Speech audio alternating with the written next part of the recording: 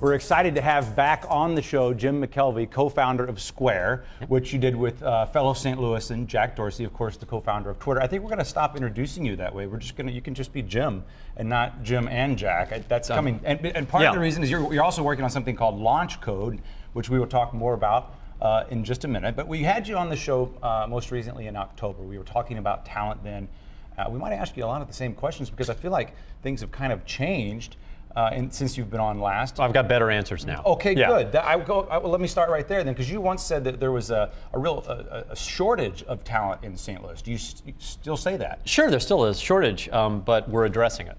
So what we've done with Launch Code is we've made arrangements with 100 of the top employers to take candidates that don't have traditional credentials. So these people are still skilled, but they don't have degrees or a certain amount of work experience, but they can still do the job. So we've placed 42 of these people already at these major companies, and to date, every one of them has kept the job. So we were expecting some of them would wash out. We might have 80 or 90%. It's been 100%, which means we're not trying hard enough.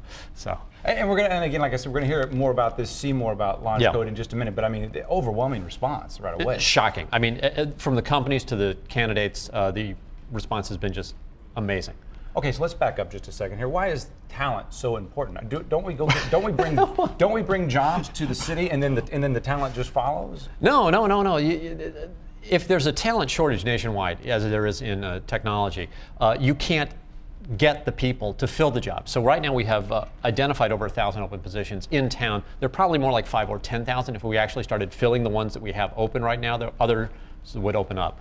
So there's a massive demand for people with skills, and there aren't enough people with those skills. So it's a huge opportunity, both for the companies to do better and for people to acquire these skills and get great jobs.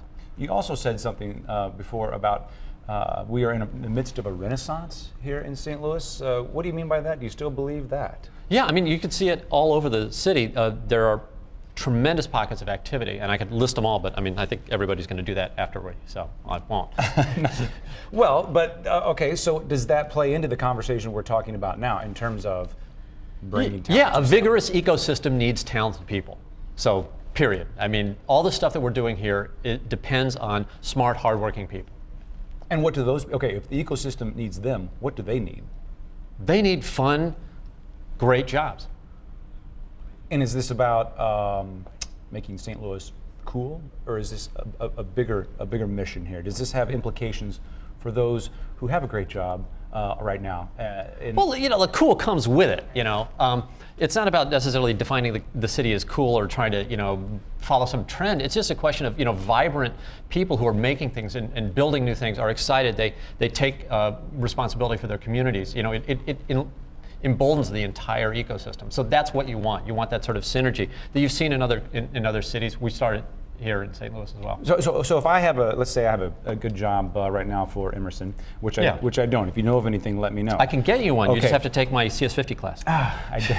So no problem. I don't speak that code. I can take care of that too. But so does this have implications for those who are settled and set in their ways and they have good jobs and things seem to be going fine? Is that going to sustain itself, or do we need more fuel coming into this system? The ecosystem always has to refresh. Okay, so if you look at the great buildings in St. Louis, most of them were built 100 years ago, or at least 50 years ago, and those people who built those great companies have, you know, gone away. And these days, compared to other cities in the country, we're not as active, and so we're becoming more active. But that requires talent.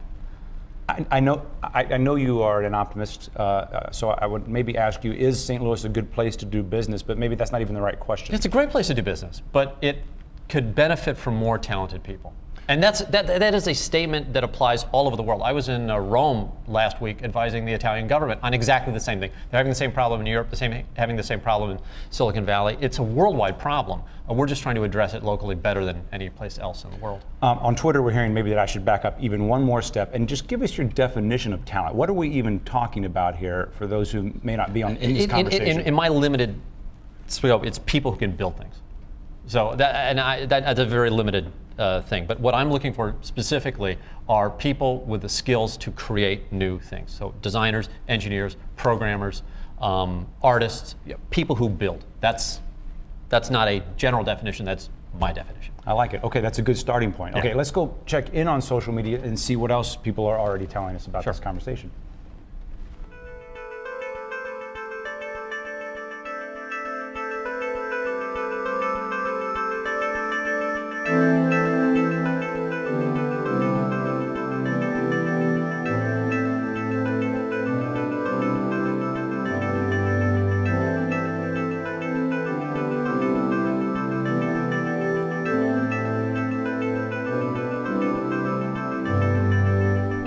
One more question before I let you go. Why are you still in St. Louis?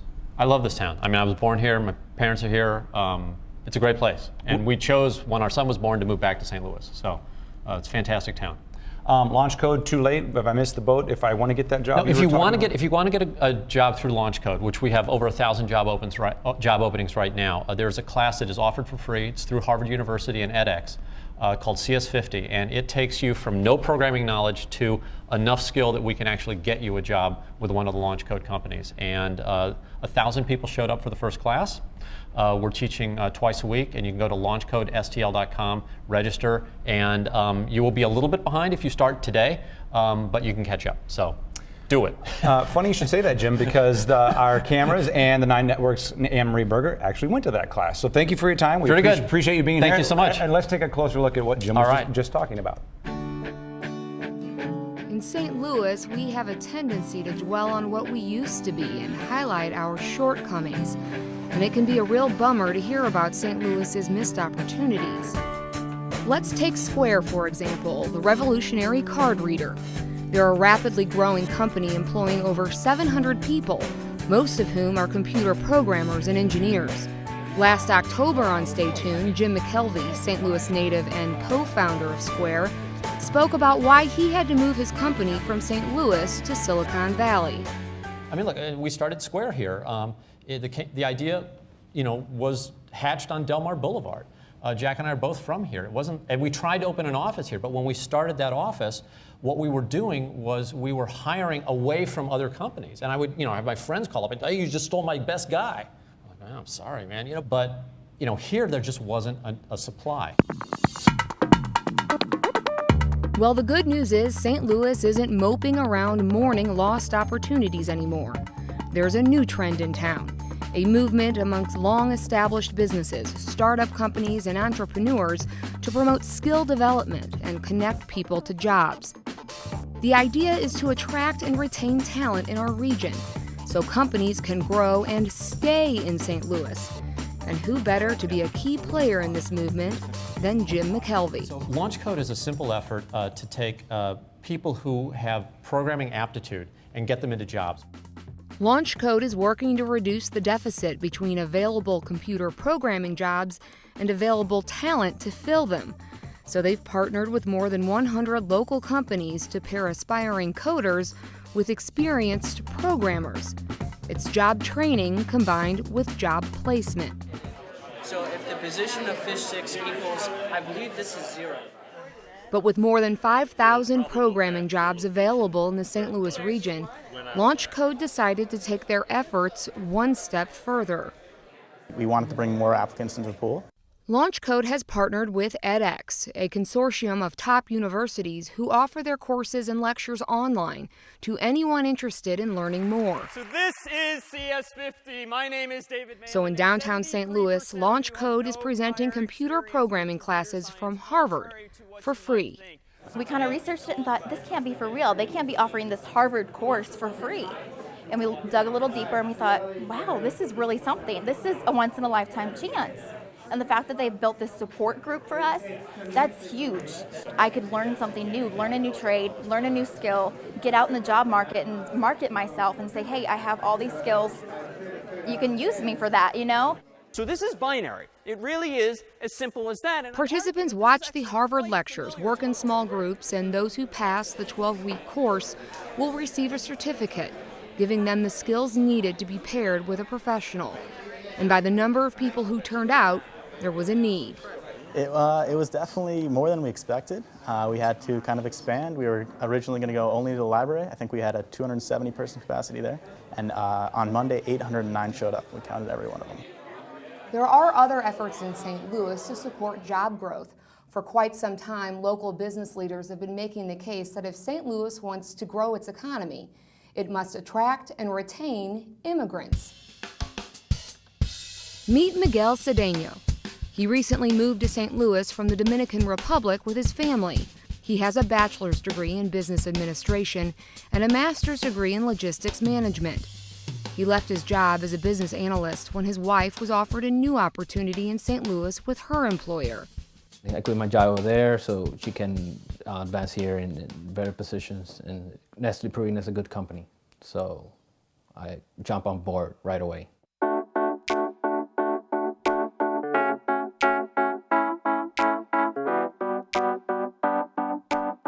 So 4 months later, Miguel is working to make connections to find a job in St. Louis. And he has the help through the St. Louis Mosaic Project's Professional Connector Program, an initiative that offers foreign-born professionals the opportunity to network with well-connected professionals in the St. Louis region. Miguel has been paired with Kathy Duncan, CEO of the Standing Partnership. This project is really important to St. Louis to help us with economic development. So we need to be able to change the tide of a reduced population to grow the population. And one good place to do that with talented employees is by finding foreign-born immigrants who are qualified to work, who are ready to go for work, and who bring skills that we need here. So it's a way to, I think, increase our qualified workforce. I will send them emails with your resume. And then, Is there enough work here for a larger qualified workforce? there is enough work in St. Louis for a qualified workforce. I think Miguel is a great example. He brings wonderful marketing analytics. He brings experience in business to business and business to consumer. He's someone who has writing skills. That's the kind of person I can introduce to my clients, to people I know through networking and through other people, and say, this is a qualified person who can help you. Yeah, I looked at the other one. Yeah. They have operations in North America and Asia. It goes round and round. A qualified workforce gives businesses a reason to stay in St. Louis. And the more jobs available will attract more talent. If we can have that support group here and bring jobs to St. Louis and give people in St. Louis jobs, that's amazing. We don't have to be going to other cities to get jobs, you know? It's a win-win. For Stay Tuned, I'm Anne Marie Berger. Okay, all the folks at this first table are out using their talents to attract and keep talent here in St. Louis. So let's talk about what's working. I'll do introductions first, starting with Anthony Bartlett with STL Transplants. We'll learn more about that as we talk here tonight. Cliff Holtkamp, welcome back to the show from Washington University. Also, welcome back to Betsy Cohen from the Mosaic Project, a little snippet we saw just there, the same organization we just saw in the package. And Jeff Green, DNG Inc., a talent recruiter. Okay, so on Twitter, they're already saying that we're talking maybe a little too tech-focused early on in the show. What do you guys, I'll ask you the same question I asked Jim. What is talent to you? Who do we need? We need tech people. No. Hate to burst your bubble. No, we actually need a lot of type of talent, but one of my other roles is being a general partner in a Cultivation Capital, which is a local VC firm. And the biggest issue affecting our portfolio companies is computer programmers and technical talent. I will say, though, we also always need great salespeople, great business development people. So there's certainly many varieties of talent. I like Jim's definition of people who can build things, people who come and create. But the greatest shortage and the greatest problem we have that's actually hindering the growth of our companies is tech talent. Betsy, your definition of talent? Well, particularly we're looking at foreign-born people who are authorized to work and ready to help create new businesses and expand the economic pie and the cultural pie here. So okay, so who do we need, and what do we need? Who do we need here outside of maybe the two things you're just talking about? And then also, Anthony, I'll ask you, when they get here, we hear the word kind of onboarding. If you join a new company, is there an onboarding process for our region? Absolutely. Well, I would add too, the creative class would be a group of talent where St. Louis is an incredible system for an artist to thrive. It's not as expensive. And so anybody with a talent such as that, this is a great place. That's far easier. Say a graphic design, say any type of musician, anything of that nature. And I think St. Louis has a wonderful budding creative class. As far as the retention issue, I think there's a lot we can do in the onboarding process, particularly some of the things that aren't usually done, which can be done very well in St. Louis, i.e. the social aspect of a transition. So I think a lot of resources go towards housing, they go towards moving logistics, they go towards recruiting, and those are all very important elements. And one thing that we can provide here in St. Louis is a social network from the moment they arrive that can be founded upon even one person or one great connection. Okay, so if I'm reading between the lines, are you telling me it's a little hard to break in this town? You know, I would actually say it's because it's smaller and it's not as overwhelming as, say, a San Francisco or New York. If you have the roadmap, it's actually easier. If you're not within that roadmap and you don't necessarily have the names and places to call, it can be difficult. That's certainly been the case in the past.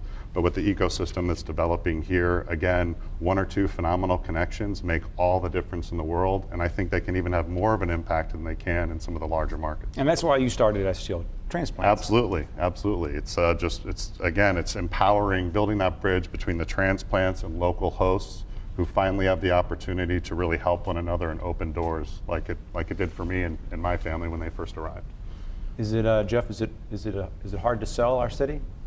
Not at all. And to piggyback on what Anthony was saying is St. Louis is a big, small city. Most cities, there's 6 degrees of separation. Here, it's pretty much 2 degrees of separation. 1.5. Okay, 1.5. And selling St. Louis, it's relatively easy. At Brown Shoe, where I was previously working, we looked for a lot of creative people, like Anthony was saying. And a lot of the creative people are on either coast. And a lot of them don't have a lot of knowledge of what St. Louis entails. You know, they think that in between California and New York is nothing but cornfields. Yeah. So the biggest hurdle is to get them here. Once they get here and they see buildings, you know, they see restaurants, you know, they see, you know, the park, they see, you know, yeah. they see museums, they see the same things that their city has. That's half the battle. That is half the battle. And then when they take a look at real estate and they see what how their money can spread, that's the other half of the battle. Betsy, we've talked a lot about immigration on this show. Is that process similar for everyone? No, it's different. We have a very low foreign-born population. We have less than 5% foreign-born, and the other top 20 regions have an average of 20%. So when foreign-born people come to St. Louis and are hired by one of our companies or starting a business, they don't see people like themselves, and they have a harder time making those connections. So some of the programs that we're putting in place to be more welcoming help them make those connections. And we've also referred and worked with companies working with Anthony, because some of the large companies, when they're bringing executives who could be foreign-born, all their needs are not just at the job, but they have to make new connections for their family and their whole social, and it's not so simple. And we have to really work harder if we're going to be a welcoming community to foreign-born people, and then how do we keep them thriving here so they can also help us attract more talent to the region. A lot of talent coming in through the universities. There is, and I share some of the perspectives of the other guests. We find at Washington University that the students who get engaged in the community are the ones who stay. The ones that never really leave what they call the WashU bubble and live their life on campus, they leave St. Louis and actually don't really have that much to think about it. But those who get involved, they get involved with business internships, they get involved with community volunteering, they get involved in civic organizations and build their own network and get to see the city outside of the campus. They love it here, and they're the ones who stay. So one of the things I love to do is to get my students engaged in the community every way I can, specifically in the entrepreneurship community.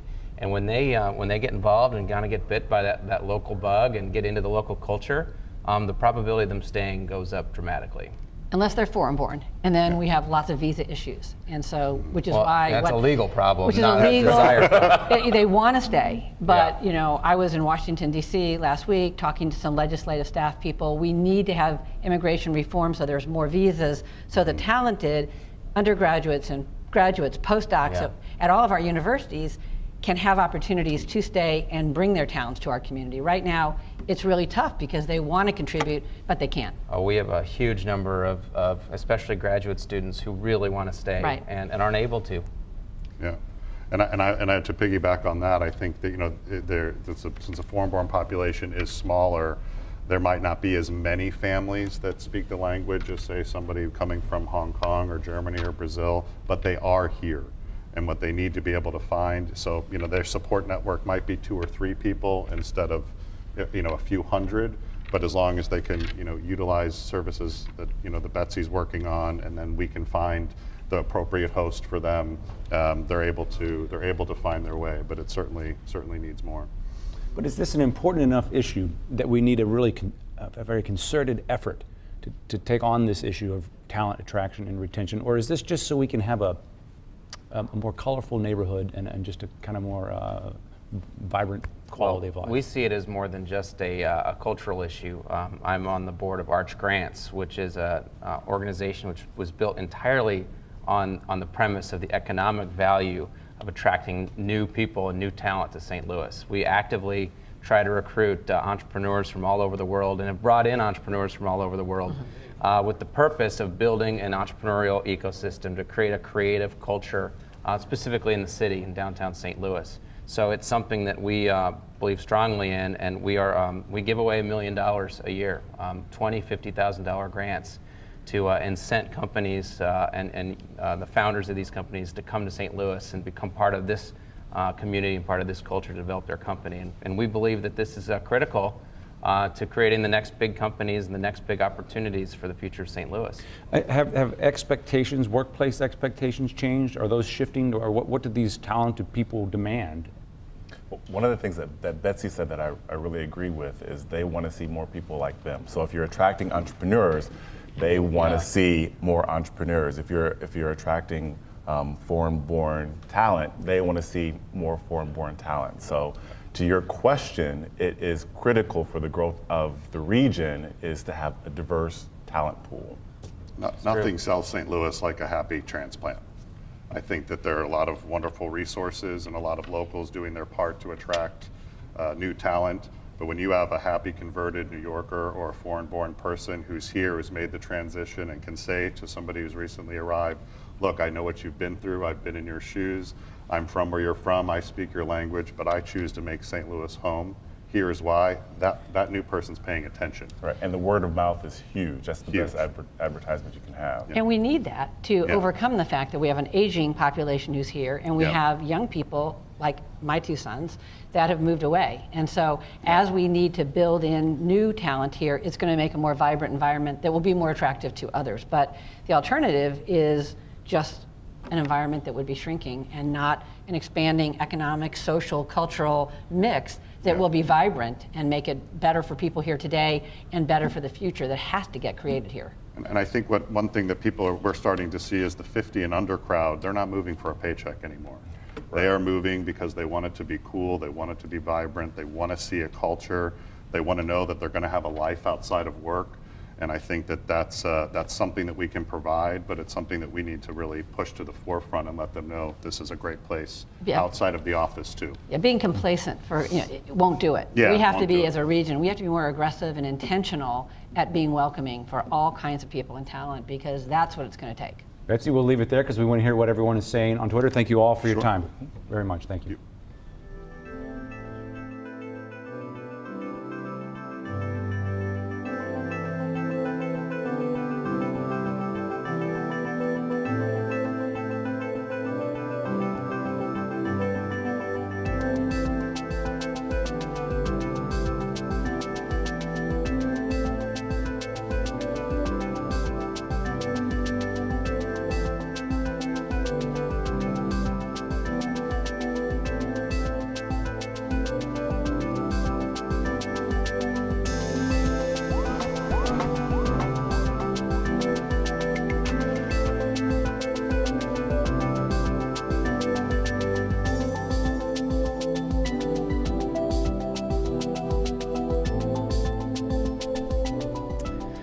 Let's use Google Hangout to once again get a national perspective. We're not the only city having a conversation like this. So let's go back to Brooklyn, New York, with Jennifer Bewley with Dice.com. Welcome back to the show. I think, you know, Jennifer, to be honest, we first fell in love with Dice.com because Dice.com first loved us. If anyone saw the link going around last year, you ranked us as, I believe it was the fastest growing, the city with the fastest job growth in the tech sector. Maybe you could kind of catch us up on any new data or explain exactly what that meant. That's right. So what we were seeing was that employers who were using our site to find technology professionals were doing so more aggressively in 2013 in St. Louis than in any other city.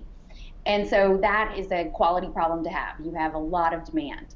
And so more recently, what we saw was that St. Louis has also made another list, which is that it's a tough city to recruit tech talent in.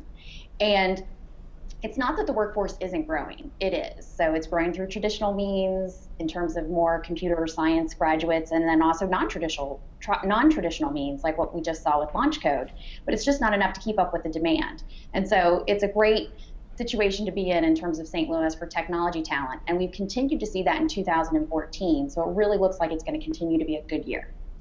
Tell us more about what you've learned about job seekers. We just heard from the last table that they're not always moving for a better paycheck. You know, compensation is really table stakes these days. It's everything else that goes around it that's important to them. So for engineers, they really want to be challenged. They want to be working on interesting projects. They want to be working on new emerging technologies. And so for them, it's really about a challenge. But when you see job seekers or candidates or professionals, you're really looking at, you know, how can they take risk? And you see it at two parts of their lives. You see it very early in their career. I call it the chutzpah generation, where you have lots of chutzpah and you're willing to go for it. And then you also see it later in people's career where they have that wisdom that they're willing to share. And so it's a really good time to sort of think about what you want to do. But compensation really is just table stakes today. Talk more about risk. Are our younger job seekers more or less risk averse? So younger job seekers or younger candidates will traditionally want to take more risk. And so they're actually almost in some ways harder to recruit and harder to retain. So in terms of keeping talent sort of in St. Louis, the younger generation is really, you know, where you have to sort of start. And so from my perspective, they're much more willing to take risk. Now, if you take a step back and look at the broader economy, what's been really interesting about this recovery is that you've actually seen less risk across the board. And that really started to change in 2013. So when I think about risk, I think about it from the perspective of, is a professional willing to change jobs? Are they voluntarily walking out of a company for either a new company or a new opportunity, or willing to start their own position? And that had been below average for 3 years. And typically you see it much higher earlier in a recovery and much sooner in a recovery. So that really changed in 2013. So it adds a new dynamic to the job market that companies are going to have to be dealing with this year in terms of just retaining the talent that they have. Maybe along the same lines as being less risk averse, are they more mobile beyond the metro region they are currently in? So younger professionals do tend to be more mobile. But what's interesting is at DICE, we really try to find efficiency in terms of being able to sort of match employers with technology professionals. So we'll ask them, are you willing to relocate? And we looked at the data from Missouri over the last year, and I think the good news is the home team wants to stay home. So the technology professionals who are working in St. Louis want to stay in region. They may want to change employers, but they want to stay in state. If you flip that around and look for the tech professionals who want to live in Missouri, we see more tech professionals from Illinois who are willing to move to Missouri than the opposite. That's true in Kansas, Nebraska, Oklahoma, and other sort of regional states right around Missouri. Mm-hmm. And so what that really tells me is you've really defined yourself as a regional tech hub that people want to be in. Are we? I believe that we are not, but I will ask you: is this a problem or a challenge that cities everywhere are tackling? Or is this something that just a few select cities in Austin, Minneapolis, or is this an issue for all cities? Well, it's not an issue for all cities, but it's an issue for a lot of cities. So from the perspective of just talent shortages, you do see it in tech in a lot of different places. So you'll see it in New York, you'll see it in the West Coast cities. One city that's really interesting that you don't really think about that's doing a lot of similar things that St. Louis is doing, and granted, it's in a very different place right now, is Detroit. they are really involved from a community perspective in terms of bringing in startups and really attracting technology talent. And we actually see very fast growth in Detroit as well. So there's some competition out there, but you appear, at least from our data, to be in a really good position to be able to attract new talent in. You talk about Detroit and the kind of the community level. What about the governmental side of things? Is there a role there that you've seen successfully play out? Absolutely. I mean, you can't sort of diminish government incentives. They're absolutely important. But what's equally important is really for them to be able to take barriers down, make it easy for people to start businesses. And so that's really one of the components that works towards a city being successful in terms of attracting talent. There's a few other ones, having really good universities, having a good stable set of Fortune 500 companies is also important because it just gives a stability to the economy. But the number one thing that the community can do is to be involved from the community perspective. So business leaders, you guys just talked about arch grants, very important. So that has a more credible distinction with professionals when they are able to cluster together, see that the community is involved, than even a government grant that may or may not be there next year. Okay, we heard from our Twitter audience that we're talking too much tech. Are there greater benefits to the larger economy, to other jobs, other professions, other sectors from those tech jobs? Does that grow out from those tech jobs that seem to be so important? Absolutely. So tech jobs is not just the tech industry, right? So every company is becoming a little bit of a technology company. And so to the extent that you can diversify your economy easily by starting to build around tech professionals, because it's not only the Squares of the world who need talent. It's every other company. It's healthcare companies. It's beverage companies. It's every single company that you could possibly want who needs talent. And so to the extent that they're winning in the marketplace because they're utilizing technology professionals in a really powerful way, means that's going to be good for everybody and it's going to be good for the broader economy. Jennifer Bewley, BewleyDice.com, thanks so much for your perspective. We appreciate your time once again. Thanks, Casey.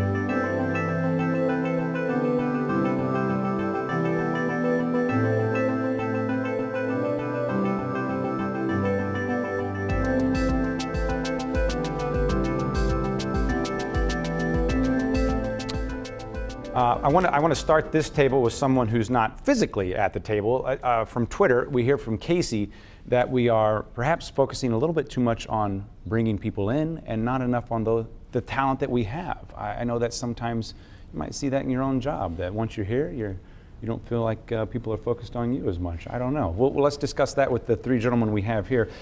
These are some of the talented people we're talking about, and not necessarily tech. Chris LeBeau, thanks for coming back, entrepreneur, strategist yourself. Dan Wade moved here to work for Locker Dome, so in the tech arena, but moved to St. Louis as a man who was recruited for his talents. And then Kevin Nashin, Sydney Street Cafe, that is a restaurant that continues to win awards, including Best Restaurant for St. Louis Magazine in 2013. Okay, you are the talent. Why are you in St. Louis? We'll start with you. I think for me, it was a chance to be successful in a way that mattered. Chicago, where I moved from, there are myriad successful people. There are 100 ways to be successful, and yet the vast majority of them are completely anonymous. They go about their business, they do well, they go home, and the city doesn't so much notice them. The chance to move to St. Louis, to a place where things were growing, things were changing, things were burgeoning, was a chance to use my talents in a way that fulfilled me, but also not only benefited the community, but would be noticed. And not that I needed any recognition, but that I could be part of something that would draw attention, that would actually make the world a better place. And that was a really compelling option for me, to not only go about my business and be successful in that regard, but also feel like I'd actually made a difference for someone. So maybe not a smaller pond for the fish, but maybe a pond that get in on the ground floor of a growing pond? Absolutely. I think it's an entirely fair way to put it. St. Louis is, I think someone else put it in a previous panel, a bigger small city. It plays big. There's a lot going on here, but there's also a lot growing. And you can get in those places where wow, the things I did today changed the direction that this company is going, that the city is going, and that's a really special place to be. I think tagging on that one of the reasons I really like being in a city like this is that if you move to a city like New York or Los Angeles, I do feel like you are a small fish in a gigantic pond. And one of the things I love about this town, loving to jump in neck deep wherever I am, is that I feel like if there's something you care a lot about, you can become at the center of that movement and get to know the people driving something behind that. So when you find whatever it is you're passionate about, people are very open and welcoming. And I think it's very possible to immerse yourself to help make a real impact on a real scale that can be seen in the city. Completely agree. It's, I came from Santa Fe, New Mexico, and went to college here in the early 90s. And I saw the restaurant industry as, it was doing the same thing. There wasn't a lot of farming and sourcing and that, Bill Cardwell, a few others, Steve Gontram at Harvest. But I knew that when I went away and took the trash out in a lot of places that I always wanted to come back to St. Louis because it was kind of like, it was just this incredible place. I knew a lot of things were, happening and it had a lot of, depth, so to speak. And when we came back here in 2002, a lot of young people were kind of submerging and, buddies like Gerard Kraft and Kevin Woolman and so forth, have really developed a really fun, restaurant community that's, alive and thriving. And I think to what Anthony said earlier, we were talking about this roadmap. I do think to speak to the talent retention side of things too, like they want to hear on Twitter, I feel like once someone shows you that roadmap, from there you can really figure out how to get involved the way you want to. But a lot of times things in this town I would always describe as just beneath the surface. And if someone doesn't show you or you don't spend enough time searching for those things that you're looking for, you could easily miss them. And I think that's one of the things that you miss with the talent part. If you're not talking about just jobs, but do people know how they connect with the town socially and culturally? And if they don't, I think that's when the lights of Chicago and Seattle and San Francisco start to look even brighter. But once you feel like you're attached to a town and you're making an impact, I think you're much more likely to root down and stay here. So we're just big enough to get lost in. Is that fair? No, but that's how you get the people. I mean, there's so many talented people that move, go away for college, and you want to bring them back. Mm-hmm. And how do you bring them back, and how do you draw them back? But they've got to be, you got to set them up for success. And the only way to set people up for success is you got to show them. I mean, you can't just say here, come here, and show up at the doorstep. You got to say, hey, listen, this is the map, and this is who you need to talk to do this part, and this is who you need to talk to. And everyone says that it's there, but it's really not there. We really, truly, if everyone really believes in the city, you have to do that with everything. And we have to, grab somebody's hand and show them. Even the most talented people, need a little direction. Yeah. And it's just going to develop seeds for the future, and it's going to be a very important step for the city, for sure. Yeah. Michelle is asking us on Twitter to go outside that tech sphere just a little bit more. Do you see this in other industries? In the industries you're in, do you see people coming here for other industries is that talent? There was an article that aired a little while ago talking about cities like New York and Los Angeles beginning to crowd out their creatives because they're becoming too expensive. I was out with an artist friend of mine last week, and he was saying that based on his input, that we have a great talented scene here, and people are beginning to look at this town because they want a studio and they want a space of their own, and they can't afford this in some of these bigger cities. So I do think that you're seeing a lot of cultural entrepreneurs begin to look to other cities that are perhaps a little funkier, but also one where they can really get in and have their own place. And on a place like Cherokee Street or in Midtown, they're very welcoming to that. And it's, again, whether you're talking about housing or all these things, they're much more cost effective in our city. Absolutely. A perfect example is Scott Carey at Sump. Yeah. He was a lawyer in New York, and he decided to just close up shop in New York and move here, and thank God he is here. I mean, this is the coffee shop. The coffee shop, South Jefferson. right by Cherokee, exactly. Right. Incredible place, and that's what we need. Those are examples of businesses we need. Ted Kilgore just opened up Planter's House, in Lafayette Square. We need all these talented people to be in the city and have it fun, and and thriving. And I'm a big believer in the idea that iron sharpens iron, and this means surrounding yourself with talented people, whether they're in your field or whether they're in other fields. Right. Cherokee Lemp was one of the first neighborhoods I got to explore when I came to the city, and was blown away by the level of creativity. It just was not on my radar, and yet I saw all these things and I said, man, this is something I want to be a part of. And I can't contribute. I'm hilariously terrible with a paintbrush, but I wanted to be at my best, and it really inspired me that next week at work to say, hey, what can I do? How can I be creative in this field? And so having a burgeoning food scene, having a great drink scene, having artists doing amazing work around the city just encourages everyone, whether they're in tech or medicine or social media, to do their best, because the best is around them, and it inspires them to just work that much harder to sort of raise the tide.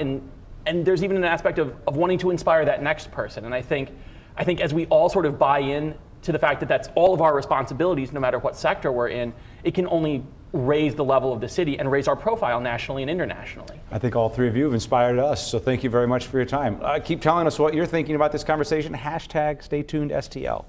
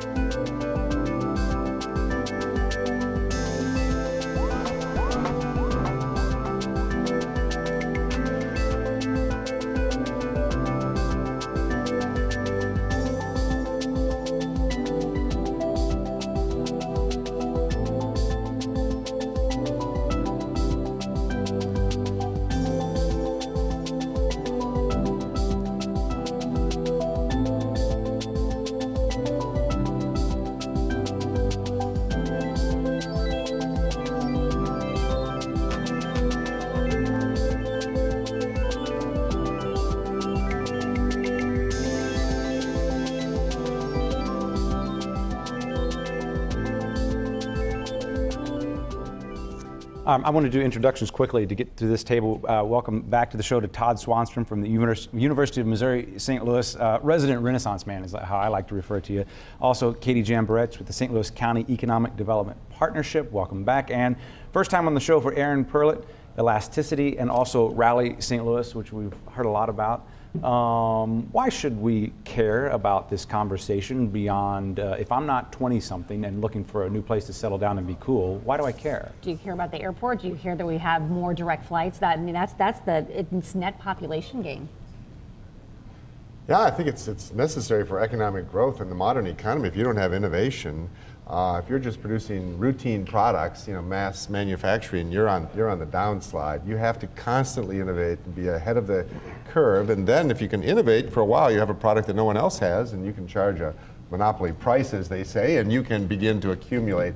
So it's about that. But I want to also stress the need to broaden the conversation, because one of my concerns here is that if we focus only on tech, only on these highly paid professionals, there's a lot of creative and talented people that I think provide the backdrop. I'm talking about artists and poets and nonprofit entrepreneurs and others. So I think we have to think more broadly about talent, not just in the tech terms. I know you're passionate about this city. Seems like you're trying to win people over all the time. Why, and is it working? Well, Katie and I work in the space of perception and shaping perception, and one of the things that hasn't been talked about tonight has been kind of how perception of a region is shaped. And one of the biggest challenges with St. Louis has been kind of, that I've seen in my 8.5 years here, has been kind of this historic parochialism that has plagued kind of every corner of it, that I've actually seen really dissipate over the last 5 years. And as a result, I think we're finally getting to the point where, as a region, we're ready to kind of address the issue of shaping perception. And where perception is shaped today is online through search engines. And because there's never been kind of a collective regional effort to shape the way that people perceive the region from outside, that's really never been done, because no one's really ever had, I don't want to say the authority, but taken a budget and said we need to really focus on the entire region. And so now you have people like Katie worked for Denny Coleman, working with Joe Reagan, working with Mayor Slay, working with Charlie Dooley, working with Mark Kern, that are looking at this region as a whole and saying, how can we really shape the perception of of the greater St. Louis region to help bring talent here, to bring investment here, to bring jobs here, to bring large companies here, to keep the Squares of the world here. So I mean, looking at it from more of a 50,000 square foot view, I think that's one of the biggest issues that needs to be addressed, and that's going to really have a huge impact on talent. And fortunately, I think it's something that is going to be addressed in the next year. That's very specific. Is there something you're teasing us with there in the next year? I think we are combining marketing budgets. I mean, we're getting a lot better about not spending a lot of money in different places, and rather than saying let's look at what we're all doing and at least coordinate it all so it all has one message, so we're all saying one thing, and if we can, there are places where we can spend our money and get more return on it because we spend it together, then we're trying to think of ways to do that. Todd, you've talked before about the story we tell ourselves. Are the outsiders telling us a different story, or are we starting to believe a different story internally? I really think that we need to begin telling each other a different story about St. Louis, and I think that's one way you change is the outsider's perception. I think my sense is that outsiders have a much better perception of St. Louis maybe sometimes than the people who live here. Is it wrong that we're even using the word outsiders? I think that's a really, really good point. And then just some of the language that you see dissipating is like, oh, St. Louis, it's a great family town. Well, it is, but that doesn't really tell the whole story. To somebody who doesn't have kids or isn't looking for a place to raise a family, that doesn't resonate with them. So we have to have a lot of different ways to explain the value of St. Louis and the world-class amenities here, the great cost of living. For a lot of these jobs, if you can get the same job in San Francisco, your money is going to go so much further in the housing market here and the cost of living and the free world-class amenities. So it's a better quality of life, and you actually feel like you're making more. Where do we pitch this? Where do we make these announcements to the world? And you're talking about online search results. How are we spreading this message? Well, I mean, I think there's a number of ways, and I actually just kind of wrote a piece in Forbes last week about this, how regions can kind of effectively position themselves as startup hubs. And there's a variety of steps, and what it typically starts off with is having kind of a unified message platform. And again, it gets back to this unification of this region with everyone, as Joe Reagan likes to say, rowing in the same direction. That hasn't happened before. So basically saying, what is our value proposition? Can a number of people articulate what that value proposition is, not just one person or not just two or three people. Then having kind of a centralized hub that really can tell certain stories that we wanted to say about the region. So for instance, right now you've got Accelerate STL, which is kind of the startup hub for the region. But is there kind of these different hubs that tell different stories about what we're trying to build upon here? And then there's other aspects of it. There is the PR aspect of it, is talking to outside media that's trying to not necessarily influence them, but get them to tell the story of what St. Louis is today, not what it was 10, 15 years ago. And then there's a number of other steps, including you can influence search. There is a very strategic and methodic way you can actually go through search engine results and influence what is there, but it just takes a collective effort. And if you think if you're a reporter and you haven't been downtown in a few months, it changes week to week. What if you're a national reporter who hasn't been to St. Louis in 3 years? Your idea of what St. Louis is and what it is now and the ways it's changed in the last 12, 18 months is so dramatic. Let's hold it right there and make this table a central hub for a lot of the ideas we've heard tonight. Bring everybody back. Stay right where you are. We'll be right back.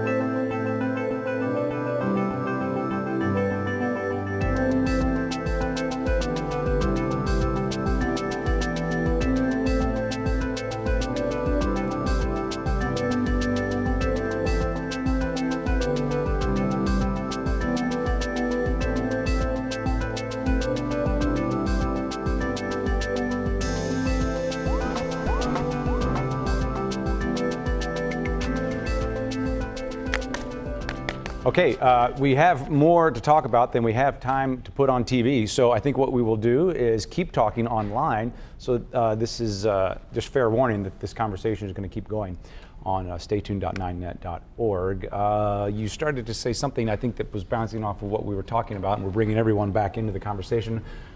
Fragmentation in our region. Yeah, I think there's definite evidence that we're beginning to overcome this. You have the economic partnership, which is, it may seem small, the city and the county getting together and merging some operations, but that's a big step in the right direction. It sends the right message. You have Great Rivers Greenway, you have the regional system of trails. So I really think that, I teach urban politics, right? I teach about cities. Do people really in this region think, is there as much of that, oh, the city's there and I'm out? I hope not. I don't think as much as it used to be, right? That you had to get away from the city, right? I think it's a different conversation in the last 5 years or so. Do you see that? You depend on people from outside the city. Absolutely. I think it's completely changed in the last 5 years, in ways of more of a positive than a negative. I mean, we still have our struggles and of course, doing business and that kind of thing with new businesses opening, but I think that people are definitely embracing, the downtown. Everyone knows that we need to make a change down there. It's just, how are we going to do it? And what's going to be 5-10 years from now, and like what are good tools around the country? Like who else? What are other cities that have experienced those? Like Louisville completely changed their whole downtown thing. So it's like, how do we mirror those type of cities and make it our own? And you have to learn from people too. And so I think that's going to be a important part for the future for St. Louis. I think the stories are also just organic or also caught by the media themselves. I was down on Cherokee Street 2 Saturdays ago and in Fortune Teller Bar, and there is probably 70 people on Cherokee Street. There is no parking down there. If you had gone down there 4 years ago, it would have been a ghost town at nighttime. But between lighting and bars and restaurants in 2720 and other places opening up, a critical mass of people is always going to create a story around. I was down there and I had a great time. I mean, that makes people go, wow, what am I not doing down there? And so those conversations slowly make it to people that aren't part of the fold, I think. But does this matter to, our region is far in the Metro East to St. Charles. So we have companies that come visit town, and they're starting to hear about neighborhoods in St. Louis, and it's so interesting. We had a green energy company in town this week, and they wanted to know where the Grove was. I mean, they want to know these neighborhoods because they have to recruit people. They have to convince people to come work for them.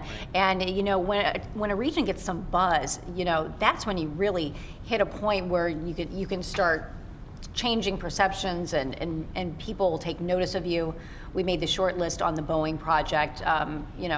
We weren't just taking them around showing them cultural amenities. We were showing them how we would actually get all the universities and all the community colleges to train workers. And every university sat down with every community college and every tech school and said, yeah, well, they'll take that piece and we'll take that piece. And at the end of the day, we'll get you the workers you need. Are companies changing the way are they responding to the demands of their employees? We've had some companies relocate large numbers of people, and not all of it, anecdotally I've been told, has been successful when they've moved large groups to our town. Yeah, I think that's starting to change significantly because just by the nature of the economy, they are starting to ask and move more people now.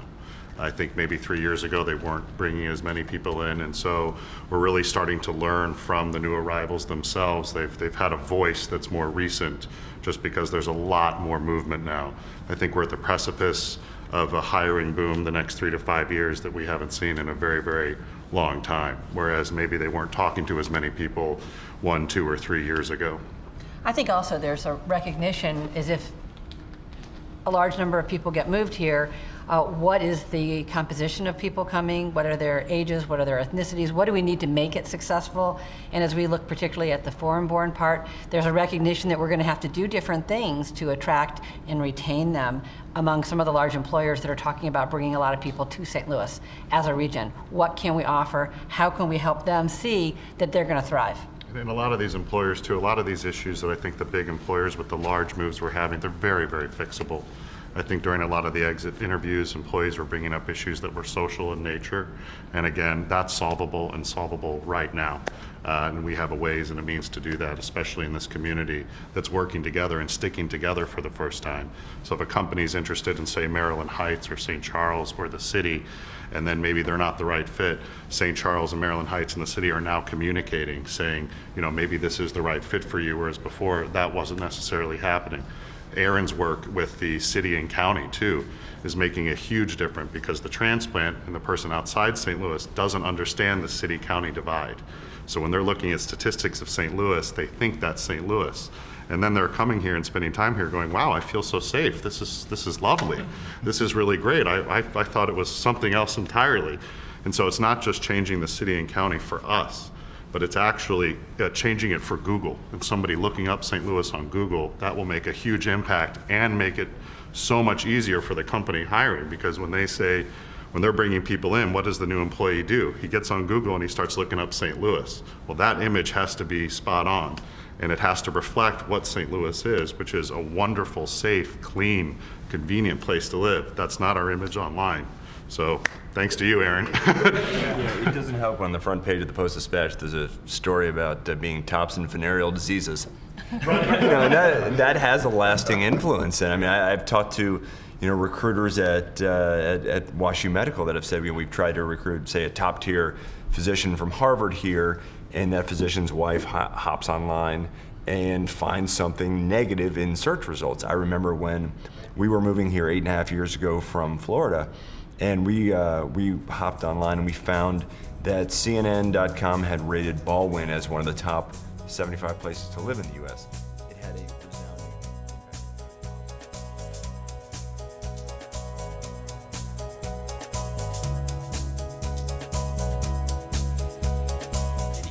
the distinct neighborhoods have been really compelling to me. And I think that actually helps to solve the Google problem.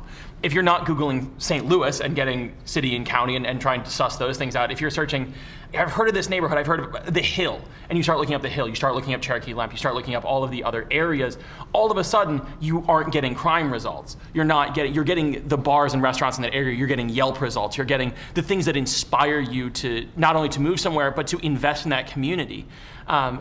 Those distinct neighborhoods are a really compelling feature of the city, and I think the more that we can kind of feature those both in media and as we just talk to people outside, instead of saying St. Louis, but talk about the specifics. Once you can sell someone on the idea that what they want is here, you inspire them to find those things. I didn't, for instance, I love hiking, and I didn't know about the Greenway until I moved here. That's really cool. If I had known about that when I moved here, I would have been really excited, and I would have moved closer to it. But getting those things out there and just letting people know what's available is critically important, because that's how you get someone who has an offer in Chicago, New York, St. Louis, and Minneapolis to go, St. Louis is a really compelling option, because it is a really compelling option. They just don't know it yet. Is this resonating with what you hear when you're out trying to recruit? Absolutely. I was thinking about a gentleman that was California, tried to recruit him 6 years straight, recession hit, has a daughter that was an equestrian. And I'm not an equestrian, so of course I had to do my homework, and I didn't know that St. Louis had a big equestrian community. So when he came for his visit, he brought his wife, his daughter. So of course we had the daughter go to a stable, and I mean it's part of the romance. So yeah, you've got to know your community, and St. Louis has a lot to offer. Very, very, very diverse. I'll go back to something I said earlier, which is I think this is a town where you can really make it your own. I think that when you figure out how you want to plug in, and people are looking for that, you don't just want to be a pawn in the whole game. You want to go to a place that you can make an impact and be a part of a community. And I think that's something that's very compelling for people to want to stay here, is that when you get plugged in, you can be right at the center of things, and you can feel like you are really driving the conversation in that area. I think one of the mistakes that a lot of people make is that we make the assumption that everyone thinks like us, and the reality is we think about what do people want when they're going to move to a city, and the reality is that people want different things. Probably everyone at this table wants something a little bit different in terms of their quality of life, the way they work, their work style, who they want to work for, how much they want to get paid. I mean, we all want to make big bucks, but still.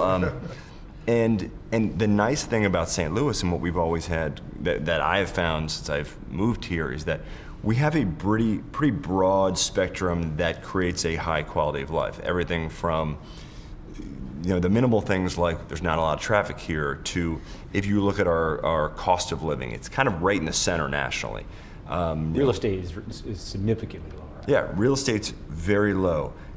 We have we have a good number of, I think, 21 Fortune 1000 companies here. So there are a lot of jobs here. Even when the recession was down, there was still a pretty fair number of jobs here.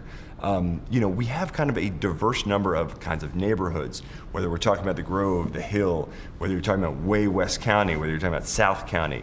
It's just, we have this kind of broad quality of life, and I haven't even mentioned cultural institutions. So we kind of have that good fortune going for us in that as we're looking to bring in kind of a pretty diverse cross-section of professionals, whether it's technologists, whether it's people in the biosciences, whether it's people in healthcare, whether it's people in ag, kind of our core fundamentals, multimodal transportation.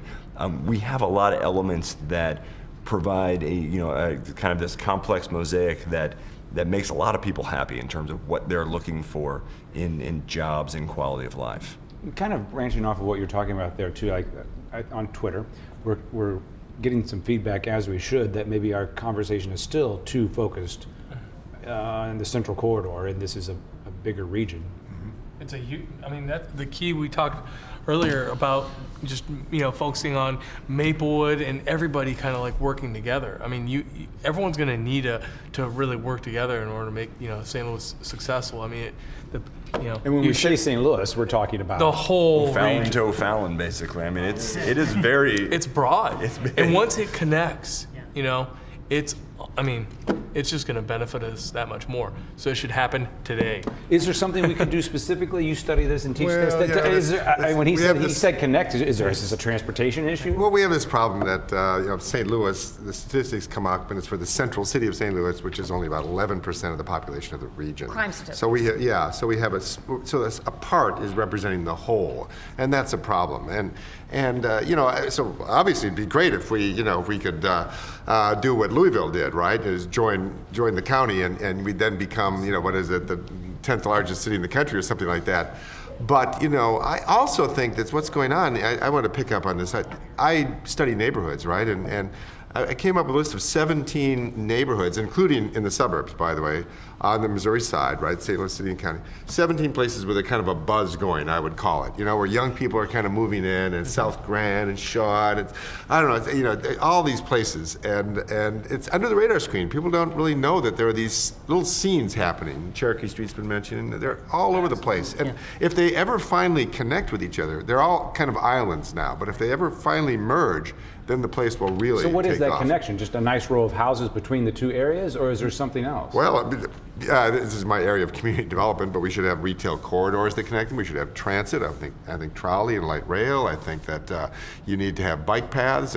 What's going on, for example, Cortex now is not too far from the botanical gardens and all of that. So if they could create, and it's not a good connection right now at all. You have to go under these highways. It's really kind of ugly and uninviting. But if you could, we're talking about it, if you could create bike paths and pedestrian pathways and other things that could connect these areas, then things take off. Cities are about, interactions, people interacting. And here, some of that is, those connections aren't there, but a lot of the nodes are happening right now, and I'm excited. And if you see all that construction going on around Cortex, if you've driven down Highway 40, oh my gosh, this is still going on? What is this? I mean, that was a brilliant idea in that Cortex is going to be a dense neighborhood where people can come start interesting companies of all different types, tech companies, bio companies, any kind of scientific company, and there's going to be housing and restaurants and retail. IKEA's moving in.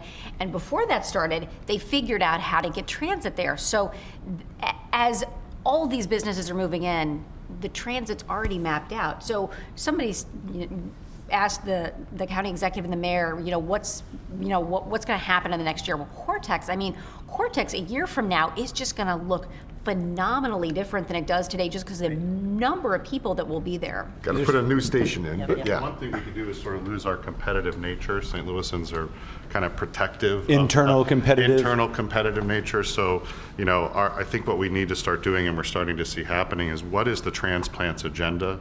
And we need to maybe put our agenda aside and say this newcomer is appropriate for St. Charles. This company is appropriate for Weldon Springs, and this is okay for downtown. I think what was maybe happening is the past is they were only showcasing the neighborhoods that they were passionate about themselves. And so I think, you know, again, it's about letting go of that a little bit of that competitive spirit. It's about, I think the locals too need to be able to accept a little bit of criticism. I think they're very welcoming to people who instantly love St. Louis. And I think what we all need to understand is it might take a little bit of time, and to give them some time and attention, even though they might not know everything right away. But absolutely, I think letting go of that and helping do what's appropriate for each person, not just our own local agenda or neighborhood agenda, makes a huge difference. Yeah, go ahead. We'll the two of you. I was just going to say, I was going to build on the Cherokee Street, that from our Hispanic community, there's a bit of a Hispanic influence that's starting to build up in the Cherokee Street area, and there's a lot of interest to see where that goes, because in general, our Hispanic population is very dispersed, but there's a feeling that that may be a special part of the ambiance that happens at Cherokee Street, and that's going to be a positive. So we need some social connecting here as well. But it's going to add, it won't be the main focus, but it's going to be one of the part of that mix that's going to make Cherokee Street pop. And there's both of our native-born and our Hispanic community a lot of interest to see that happen. Jeff, last word? Well, no, I want to ask this question, because we're talking about connecting these neighborhoods, the neighborhoods that have personality. Will the conglomeration of neighborhoods, would that take away from what St. Louis really is? Like if you think of New York has a bunch of neighborhoods. They have Chinatown, you know, they have Little Italy. If we connect all these neighborhoods, and I guess, you know, maybe that's a good problem to risk. Yeah, would it lose the personality of St. Louis?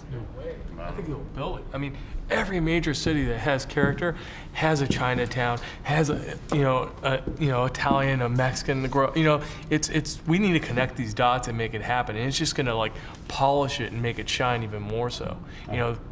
No, I'm sorry. I didn't mean to cut you off, which is another way of saying I meant to cut you off. I'm sorry. All right. We're out of time online as well. Thanks everybody for your time. Thanks for sticking around with us. Thank you.